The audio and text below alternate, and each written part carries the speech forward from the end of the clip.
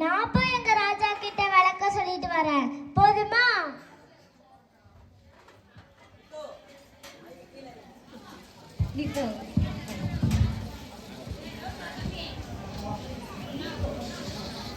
வாழ்க மக்கள், வளர்க நாடு.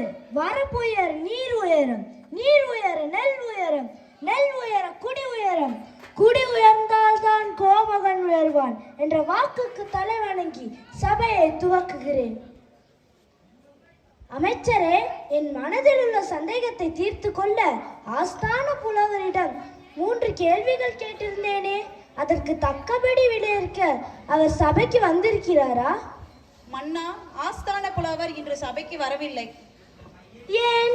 என் வினாக்களுக்கு விடைகளை தேடிக் கொண்டிருக்கிறாரா அல்லது சபைக்கு வராமல் என்னை அவமதிக்கிறாரா? ஒருவேளை உடல் நலம் குறைவாக இருக்கலாமோ? அப்படி இருந்தாலும் சொல்லி அனுப்பியிருக்கலாம் அல்லவா? பிறகு அவர் போக்கிற்கு தாங்கள் கூறும் விளக்கம்? முடிவு நான் கூறுவதற்கு முன்பு புலவரின் பேத்தி என்றொரு சிறுமி தங்களை வேட்டி காண அவர் சார்பில் அரண்மனை வாயிலில் காத்து நிற்கிறார். புலவரின் பேத்தி, அதுவும் சிறுமி, அவர் சார்பில் என்னை காண வந்துள்ளாரா? இது என்ன புரியாத புதிர்.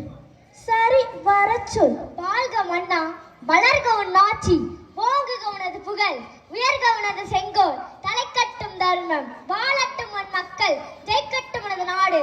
புலவரின் பேத்தி, பொன்னி என் பெயர். வணக்கம்.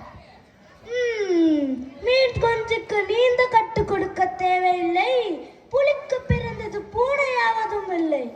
அதே போல் புலவரின் பேத்தியின் பேச்சில் அழகிற்கு பஞ்சமில்லை. கவிஞன் வீட்டு கட்டுத்தறியும் கவிபாடும் என்பார்களே, அப்படி இருக்கும் பொழுது புலவர் பேத்தி பேசுவதா உங்களுக்கு ஆச்சரியமாக இருக்கிறது?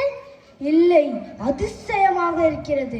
கண் முன்னே நடப்பது கனவா நனவா என்று கூட சந்தேகம் வருகிறது. சந்தேகம் வேண்டாம், நடக்கும் சம்பவம் கனவு அல்ல, நனவுதான். எங்கு வந்தாய்?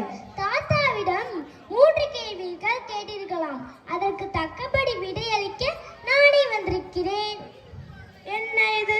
மேலும் மேலும் வியப்பை உண்டாக்கி கொண்டே இருக்கிறாய். உன் தாத்தாவிடம் நான் கேட்டது பெரும் பிரச்சனை, அதற்கு பதில் தெரியாமல் அவரே திணறிக் கொண்டிருந்தார். இல்லை வேண்டே, இது அத்தனை பெரிய பிரச்சனையும் இல்லை, அவர் வந்து சொல்ல வேண்டிய அவசியமும் இல்லை. சிறு பிரச்சனை, அதனால்தான் நானே வந்திருக்கிறேன். ஒரே வியப்பில் ஆழ்த்துகிறாய் என்னை. அதற்குள் தீட்டி விட வேண்டாம்.